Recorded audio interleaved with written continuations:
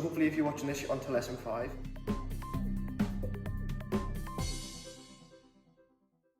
You've covered the artist already, Peony Yip, so you know about this artist who did your artist research page. So for this lesson, I want you to explore natural objects. So Peony Yip uses natural objects in her work, which you can see. So she uses hair and flowers in her work, okay? These are both natural objects, which means her naturally. So a natural object, for example, would come from like the sky or from the ground. So an actual living being is a natural object, so we're natural objects ourselves.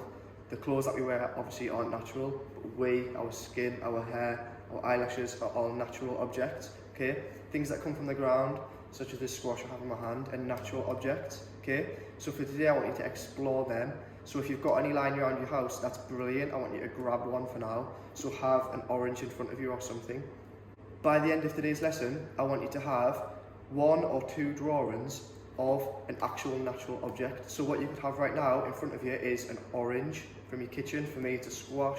And I want you to draw a really detailed tonal drawing of this object. So you can do 1 drawing or you can do 2 drawings, but either way I want this to take you an hour, and I want this to be a really detailed drawing of this natural object, okay? This is so in future, when we come to actually creating our final piece, you've got a lot of different natural objects you can draw between this fish.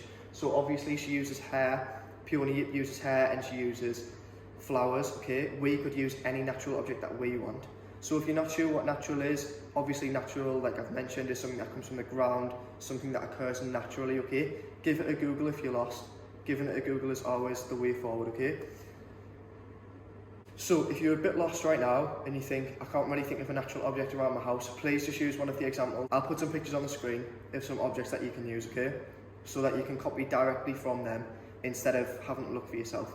But if you're feeling more advanced, you think you're very good at art, you want to grasp that tone properly, I would definitely have something natural in front of you. So you can rotate it around, you can have a look from many different angles, you can look at all the different tones, the difference that lighting makes. So for now, for me, the sun's coming from this direction. So obviously this angle is going to be lighter, this angle is going to be darker. That's how it works, okay? Your lighting, use of tone is definitely important when you're trying to make something look realistic and look real, okay? Now, if you finish this 1 hour long project, which can be the end of your homework, but if you would like to expand on it a little bit more, you're a bit interested, okay, I would recommend getting a torch, you've probably got one on your iPhone, shining it underneath a leaf and having a look at all the different elements that are inside of that leaf and drawing that, okay? This might seem a bit useless, but when it comes to you finally creating your final piece on Peony Yip, you're going to have a lot of different natural elements that you can choose from to finally create this big piece, so it's going to look brilliant.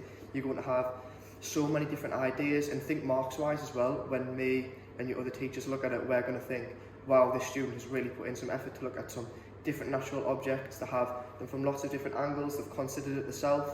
So you might not know this, but if you have something in front of you while you're drawing it, or if you take a picture and you're drawing it while it's in front of you, that's called a primary source. So you're drawing from a primary source, which gives you more marks. You're drawing from something that you've taken yourself, okay? We'll look more into that next week. So to finish off, 1 hour long drawing, make sure the tone and everything's in. You can do 1 drawing or you can do 2 drawings.